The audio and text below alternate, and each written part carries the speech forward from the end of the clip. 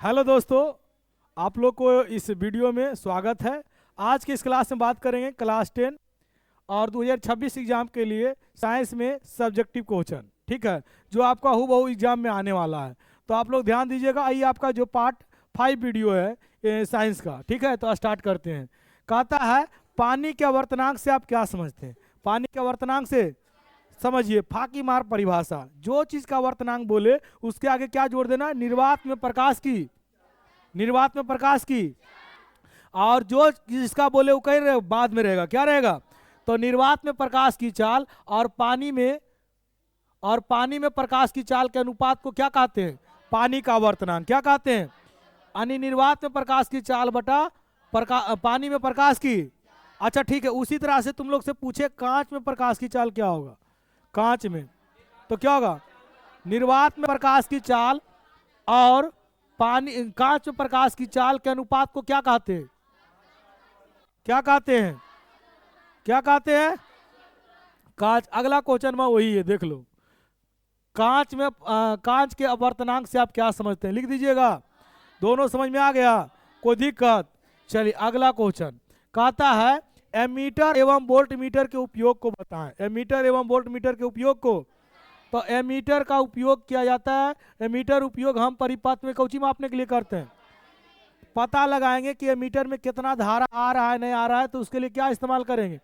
Ammeter. इसको कौन क्रम में जोड़ेंगे? श्रेणी क्रम में। कौन क्रम में? कौन क्रम में? और वोल्ट मीटर से क्या मापेंगे? विभवांतर। वहां से यहाँ जब आया तो कितना विद्युत धारा का खपत हुआ, कितना विद्युत धारा का, इसको हम कौची कहते हैं? विभवांतर। क्या कहते हैं? तो जबकि वोल्ट मीटर से किसका उपयोग किया जाता है? विभवांतर मापने में। किसका किया जाता है? कहता है कि नेत्र की असमंजन क्षमता किसे कहते हैं? नेत्र की असमंजन क्षमता। तो देखिए, नेत्र वह क्षमता, नेत्र की वह क्षमता जिसके कारण नेत्र लेंस की फोकल दूरी में परिवर्तन करके नजदीक और दूर की वस्तुओं को स्पष्ट देखने की क्षमता को क्या कहते हैं? जैसे समझिए, जैसे आपको दूर देखना है तो ऐसे करते हैं, पूरा आँख को फैला लेते हैं। अब भीड़ देखना है तो आराम से देख रहे हैं, है कि नहीं है? तो ये जो आपका नेत्र लेंस का फोकस दूरी बढ़ाने और घटाने का जो कार्य करता है, उसी को हम क्या कहते हैं? असमंजन क्षमता। क्या कहते हैं? नेत्र की असमंजन क्षमता। फाकी मार परिभाषा जब नहीं याद रहे तो कैसे चिपकाएंगे? तो बोलेंगे कि नेत्र की वह क्षमता, नेत्र की वह क्षमता जिसके कारण नेत्र लेंस की फोकस दूरी कम और अधिक, कम और, जैसे कि नजदीक देखने के लिए हमें नेत्र लेंस की फोकस दूरी कम चाहिए, लेकिन दूर देखने के लिए नेत्र लेंस की फोकस दूरी अधिक चाहिए। तो इसी के जो क्षमता को परिवर्तन करता है उसे क्या कहते हैं? असमंजन क्षमता। क्या कहते हैं? क्या कहते हैं? याद रहेगा? चलिए अगला क्वेश्चन, पानी में डूबी हुई लकड़ी, लड़की नहीं ना है, लकड़ी है। पानी में डूबी हुई लकड़ी मुड़ी हुई प्रतीत होती है, क्यों? ये बतिया हम कल बताए थे कि जहां पर धोखा होवे कौची होगा? अपवर्तन। क्या होगा?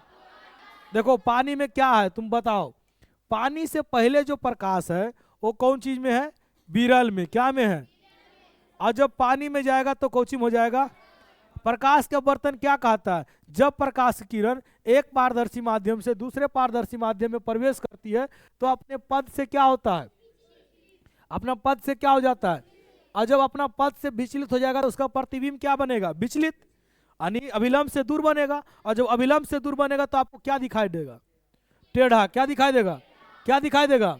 तो जितना भी रहता है घटना उसमें क्या होता है? जब भी अगर पारदर्शी माध्यम, अगर एगो विरल हो एगो सघन हो, विरल हो एक, तो वहां पर जो अपवर्तन होगा उसमें जो अभिलंब से दूर हो जाता है, जो अपवर्तित किरण होगा वो अभिलंब से। और जब सघन से विरल में जाएगा तो बताओ अपवर्तित किरण क्या होगा? अभिलंब की ओर मुड़ जाएगी। नहीं समझे बात को? देखिए बात समझिए, जब प्रकाश की किरण ये है विरल माध्यम, इससे जब आएगा सघन में तो ये अगर अभिलंब ले लिए तो इधर की ओर मुड़ जाती है, मुड़ती है ना। जब विरल से सघन में प्रकाश की किरण जाती है तो किधर की ओर मुड़ती है? अभिलंब की ओर। लेकिन जब उल्टा कर लिए, अब एने से भेजते हैं ओने, एने से भेजते हैं, तो बताओ क्या होगा? ये अभिलंब से दूर हो जाएगा। अभिलंब से, अभिलंब से। यही बात नहीं पढ़े, आपसे ऑब्जेक्टिव पूछवो करेगा कि बताइए जब प्रकाश की किरण, सॉरी ऐसे नहीं, जब प्रकाश एक पारदर्शी माध्यम से दूसरे पारदर्शी माध्यम में जाती है तो बताइए अभिलंब से क्या होता है? तो विचलित हो जाता है। क्या हो जाता है?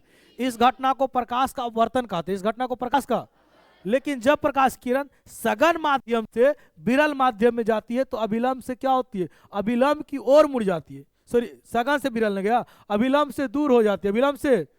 लेकिन जब प्रकाश की किरण विरल से सघन, बुझार लो विरल सघन की नहीं, विरल मतलब बताए नहीं जिसमें प्रकाश की चाल।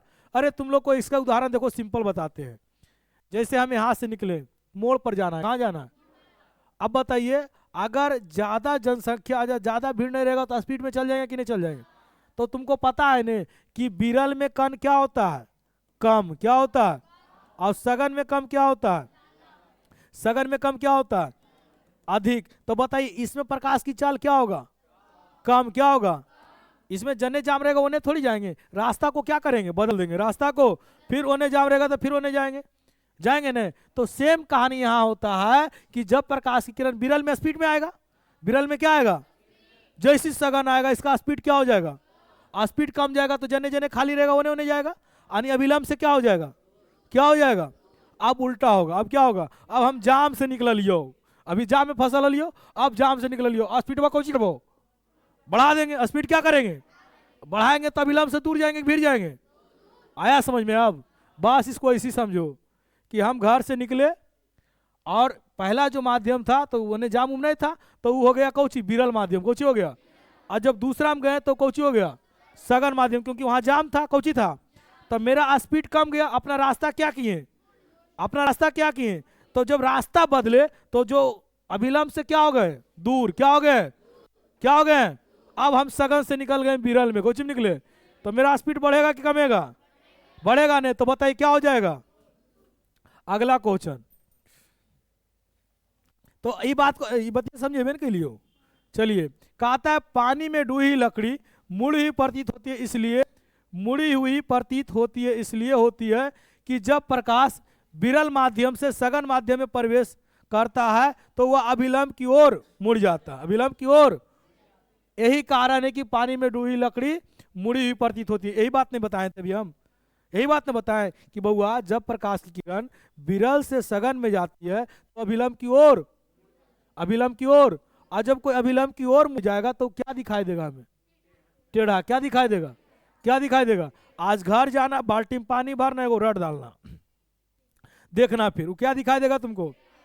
और घर जाना, बाल्टी में पानी भरना और उसमें एगो सिक्का डालना, वो भी देखना, वो क्या दिखाई देगा, वास्तविक गहराई से, वास्तविक गहराई से। कभी कभी गर्मी में हम लोग रोड पर चलते हैं ना, लगता है आगे पानी गिरल है, लेकिन रहता है। ये किस घटना कारण, प्रकाश का। जितना मेरे लाइफ में धोखा दे कौची, मतलब गर्लफ्रेंड हो गया कौची, और वाइफ कौची हो गया, परावर्तन। अरे वाइफ रास्ता बताती है, वाइफ क्या बताती है, और गर्लफ्रेंड क्या देती है, धोखा। तो गर्लफ्रेंड मतलब कौची, और वाइफ मतलब कौची, परावर्तन। परिवर्तन दिखाता नहीं रे, अब बर्तन कौची दे रहा है, धोखा। हाँ चलिए, प्रतिरोध किसे कहते हैं, प्रतिरोध किसे कहते हैं? कहता है जो धारा के प्रवाह का विरोध करता है, जो धारा के प्रवाह का, उसे क्या कहते हैं, इसे आर के द्वारा। प्रतिरोध का ऐसा ही मात्रा क्या होता है, हरिवा पलट दो, इसका चिन्ह होता है ना। कहता है सबसे कम प्रतिरोध किसमें होता है, इसलिए चांदी विद्युत का सबसे अच्छा चालक है, चांदी विद्युत का सबसे। चलिए अगला क्वेश्चन, प्लास्टर ऑफ पेरिस का रासायनिक सूत्र लिखें और उसका उपयोग को लिखें। उपयोग को। तो प्लास्टर ऑफ पेरिस का सूत्र होता है CaSO4 half H, CaSO4 into half H2O। इसका रासायनिक नाम है calcium sulphate hemihydrate, calcium sulphate hemi. कहता है प्लास्टर ऑफ पेरिस का उपयोग, तो हम लोग का हड्डी उड्डी टूट जाता है ना, कहता है जाइए प्लास्टर करावेल, कौन करावेल, मतलब वहां पर किसका उपयोग होगा, plaster of Paris. Plaster of, मूर्ति जो बनता है ने उसको चमकाने के लिए भी किसका इस्तेमाल किया जाता है, plaster of Paris. Plaster of लड़की लोग को लिए पुट्टी करे उसको इस्तेमाल होता है, प्लास्टर ऑफ पेरिस का। नहीं रे, मतलब कि मेकअप में होता है, फेशियल नहीं होता है रे, होता है, हम नहीं जाने भगवा। अब तुम लोग बोल रही तो कह रही है, हो सकता है। टूटी हड्डियों को जोड़ने में, मूर्तियों बनाने और खिलौने बनाने में, मूर्तियों और खिलौने। कहते उपकरणों को छिद्र छिद्र बंद करने में, छिद्र, जैसे कोई चीज के उपकरण का छिद्र बंद करना है, मतलब उसमें अगर छिद्र हो गया तो उसको बंद करने के लिए किसका इस्तेमाल करते हैं? Plaster of Paris. चौक बनाने में, अग्निशामक संबंधी सामग्री बनाने में किसका इस्तेमाल करते हैं? लिख दीजिएगा आप, 2-3 को याद रखिए ना। पहला, हम लोग का हड्डी टूट जाता है, क्या करवाते हैं? किसका उपयोग हुआ? मूर्ति देखल जाते हैं, मूर्ति देखल जाते हैं तो पता मूर्ति चमकता है, तो वहां पर क्या उस पर पोता? Plaster of, plaster of, plaster of. और उपकरण कोई कोई छिद्र हो जाता है तो उसको बंद कर देते हैं चूना लगा के, तो उपकरणों का छिद्र बंद करने में किसका इस्तेमाल होगा? आध हो गया, आध हो गया। चलो अगला क्वेश्चन, अगला क्वेश्चन कहता है हरे पौधे का उत्पाद क्यों कहते हैं? पढ़े है ना? हरे पौधे पहले कौची होता है? हरे पौधे कौची होता है? स्वापोषी। क्या होता है? वो अपना भोजन स्वयं बनाता है। हम एक दिन जाके जानती है क्या किए? दाल भात भुंजिया बनाया, ले जाको हम दिए पेड़ को, कहें लो खाओ। साला वो रोटी खा के दाल भात छोड़ दिया, हम दिए उसको कौची? दाल भात भुंजिया, वो खा गए कौची? हाँ, दाल भात भुंजिया छोड़ दिया। वही बात तो समझा रहे हैं तुम लोग को। इसका मतलब क्या हुआ? वो खाना नहीं खाता है, वो खाना तो एक बनाता कैसे है? तो प्रकाश संश्लेषण से। किस क्रिया से? जिस प्रक्रिया द्वारा पेड़ पौधा अपना भोजन बनाता है उसे हम क्या कहते हैं? क्या कहते हैं? क्या कहते हैं? और देखिए, हरे पेड़ पौधे CO2, H2O और सूर्य प्रकाश और हरित लवक की उपस्थिति में अपना भोज्य पदार्थ का निर्माण खुद करता है, अपना भोज्य पदार्थ का निर्माण। इसलिए इसे क्या कहा जाता है? उत्पाद। क्या कहा जाता है? पहले ही बतिया समझा दिलिए, ये बतिया लिख दे, लिख भी कि नहीं, कि हरे पेड़ पौधा सूर्य के प्रकाश, CO2 और क्लोरोफिल और जल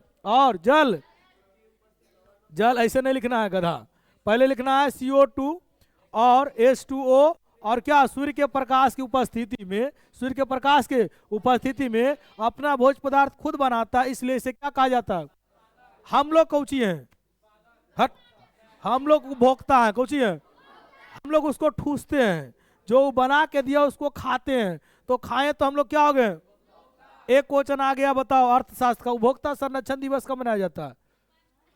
उपभोक्ता अधिकार दिवस 15 मार्च। कब मनाया जाता है? उपभोक्ता संरक्षण अधिनियम कब पारित हुआ? 1989। 1900 तो नहीं याद नहीं रहता, हमरा याद रहता है। बताओ तो नहीं कोची पढ़ती है। चलिए, उत्तर लेंस के किन्हीं दो उपयोग को बताएं। उत्तर लेंस के किन्हीं दो उपयोग को कहता है। उत्तर लेंस के दो उपयोग निम्नलिखित है। पहला, उत्तर लेंस का उपयोग माइक्रोस्कोप, माइक्रोस्कोप को बोलते हैं इंग्लिश हिंदी में सरल सूक्ष्मदर्शी। सरल मतलब अगर तो ये नाखून और नाखून से गंदगी निकालो और माइक्रोस्कोप से देखो, भुआल पिल्लू नजर आएगा, इतना कचरा रहता है। ये हाथ में तुम जाकर देखो, भुआल ढेर सारा बैक्टीरिया है, मतलब तुम कितना हाथ धो लो उसमें रहेगा, है कि नहीं है? तो ये जो मशीन है इसको बोलते हैं माइक्रोस्कोप। ये जो हमारा कैमरा दिख रहा है इसमें किसका इस्तेमाल है? लेंस का। किसका इस्तेमाल है? लेंस का। बिना लेंस के ही थोड़ी हमारा देख रहा है। अच्छा देख तू, हाँ। कैमरा में, कोची में याद रहेगा, माइक्रोस्कोप और कैमरा में किसका इस्तेमाल किया जाता है? उत्तल लेंस। किसका लेंस? दीर्घ दृष्टि दोष को दूर करने के लिए भी किसका इस्तेमाल करते हैं? उत्तल लेंस। किसका इस्तेमाल करते हैं? हमारा आंख में कौन सा लेंस लगल है? उत्तल लेंस। कौन सा लेंस है? सब लोग का मानव नेत्र में कौन सा लेंस उपस्थित होता है? उत्तल लेंस। कौन लेंस?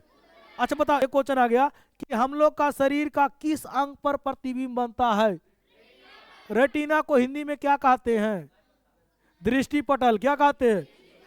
एकरे में हम मार खा के आए थे, हमको जो सर पढ़ाए थे वो बताए थे रेटिना पर प्रतिबिंब बनता है। ऑप्शन में रेटिना नहीं था, ऑप्शन में रेटिना था कौची? दृष्टि पटल। कौची था? चला बनेबे नहीं किए, छोड़ के चाहे आज भैया 50 में 50 मार्क था ऑब्जेक्टिव। एक बात एगो और क्या है कि हमको सर पढ़ाए थे प्रकाश सीधी रेखा में गमन करता है, वहां दिले कौची था? रीजू रेखीय। क्या दिले था? एक रो मार खा के आ गए। दोनों का अर्थवा सेम होता है, तो आप लोग याद कर रखिएगा, ठीक है? चलिए अगला कहता है उत्सर्जन के परिभाषा लिखिए। उत्सर्जन के दो प्रमुख अंगों का नाम लिखिए और दो उत्सर्जित पदार्थों का नाम लिखिए। दो उत्सर्जित पदार्थों का तो हम बताए थे आपको, शरीर के अंदर जो भी क्रिया हो रही, जो भी क्रिया, चाहे बाप क्रिया चाहे माँ क्रिया है, ओ बाप क्रिया माय क्रिया नहीं, जैविक क्रिया। शरीर के अंदर जब क्रिया होता है तो उसे हम क्या कहते हैं? जैविक क्रिया। क्या कहते हैं? या उपचयी क्रिया। या अब एक क्रिया हुआ तो कोई क्रिया होगा या कोई भी अभिक्रिया होगा तो उसके फलस्वरूप कोई चीज का निर्माण होगा। तो हाँ, जो दो चीज बनेगा, हानिकारक और एक हमारे शरीर के लिए जो कारक है, मतलब इंपॉर्टेंट है कि नहीं। तो हानिकारक पदार्थ जो बनेगा उसको शरीर के अंदर रखेंगे कि बाहर निकालेंगे? अरे अंदर रखेंगे, बाहर निकालेंगे। तो बाहर निकालने के प्रक्रिया को क्या कहते हैं? क्या कहते हैं? नए याद रहे, एग्जाम में लिख के आइएगा कि जीवों के शरीर के अंदर होने वाली जैविक क्रियाओं के फलस्वरूप होने वाले जैविक क्रियाओं के जो भी हानिकारक पदार्थ बनता है उसको शरीर से बाहर निकालने की क्रिया को उत्सर्जन कहते हैं। उत्सर्जन। जैसे हमारा शरीर में क्या बन रहा है? पसीना क्या बना? शरीर से बाहर निकला। हमारा शरीर में क्या बना? पेशाब शरीर से बाहर निकला। हमारे शरीर में क्या बना? मल मूत्र शरीर से बाहर निकला। तो ये सब मेरे शरीर के लिए क्या है? हानिकारक पदार्थ है। क्या है? ये हानिकारक पदार्थ को शरीर से बाहर निकालना क्या कहलाएगा? उत्सर्जन। क्या कहलाएगा? क्या कहलाएगा? ये सब कोई किताब में नहीं लिखल हो तो ऐसे परिभाषा हम खाली होते वो सुननी, कोई टीचरों ने बती तो सब टीचर के की आदत हो आइलो हाँ लिखा दिल को किताब बोला। हमारा आदत हो कि तू एकदम बायोलॉजी फीलिंग के साथ पढ़ो, लगे कि हम फील कर रहे हैं बायोलॉजी के, है कि नहीं? फीलिंग हो रहा है बायोलॉजी के साथ? नहीं हो रहा है रे? अरे बोलो हाँ या नहीं। हाँ, हमार देखो सबसे अपन विषय है साइंस, बाकी मेरा मजबूरी वाला विषय है, समझ गया? मैथ मेरा मजबूरी है, मैथ हमारा जरूरी नहीं है। मैथ के उतना बड़ा गणितज्ञ नहीं है लेकिन फिर भी बता देते हैं तुम लोग भर, समझ गया? लेकिन साइंस में हम लगभग पता है 2 साल मेहनत किए, 2 साल मेहनत साइंस में किए हम। कुछ हुआ एकदम पूरा हाथ कर लिए कि पढ़ाना है बच्चा लोग को, कि बताना है। अगला क्वेश्चन चलिए समझिए, यहाँ पर वही बात लिख दिया है, देखो ये बात लिखा है, शरीर के उपचयी क्रियाओं के फलस्वरूप उत्पन्न हानिकारक। अब हानिकारक में क्या बनता है? नाइट्रोजन युक्त अवशिष्ट पदार्थ। नाइट्रोजन युक्त अवशिष्ट पदार्थ शरीर से बाहर निकालने की क्रिया को क्या कहते हैं? उत्सर्जन। क्या कहते हैं? ये उत्सर्जी अंक कितना होता है? 2। ब्रिक और की को भेजले 2 8608388022 पर 2 उत्सर्जी पदार्थ मल और मूत्र। मल और मतलब हुआ लैट्रिन, समझ गया ना? मूत्र मतलब हुआ पेशाब। मूत्र का पीएच मान कितना होता है? नहीं याद हो? एग्जाम में 2 नंबर गलो तो। रक्त का पीएच मान 7.4 होता है, मूत्र का लगभग 7 में होता है, समझ गया ना? रंध्र एवं वात्र रंध्र। वात्र रंध्र क्या है? दोनों बात समझिए, हला नहीं। कुछ लोग हमारा बात को पता है, कहते हैं कि जे पाता है से बक देता है। बाबू यही तुमको पढ़ना है। टीचर वो नहीं जो किताब में खाली लिखा हुआ बताता है, टीचर वो है जो अपने लैंग्वेज में सरल भाषा में समझाता है, समझ गए ने? तू हो पढ़ ले अपने इस किताब, है कि नहीं है? लेकिन बता तोरा समझ में आई तो अब हम समझा दे, लेकर बात तोरा जिंदगी भर समझ में आई तो। कहता पत्तियों के सतह पर पाए जाने वाले विशेष प्रकार के अति सूक्ष्म छिद्र, अति सूक्ष्म, जिसको हम हाँ 78022 इस पर तुम लोग फोन फान नहीं करना।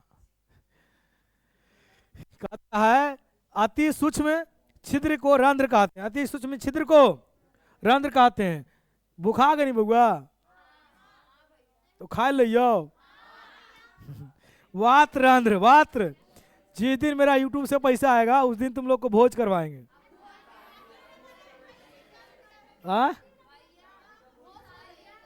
वात्र रंध्र पौधे के 3 छाल पर गैसों का विनिमय के लिए पाए जाने वाला छिद्र क्या कहलाता है? वात्र रंध्र। क्या कहलाता है? जाओ, वात्र रंध्र क्या कहते हैं? चलिए वीडियो कट कर दीजिए, इन लोग बहुत पढ़ लिया है।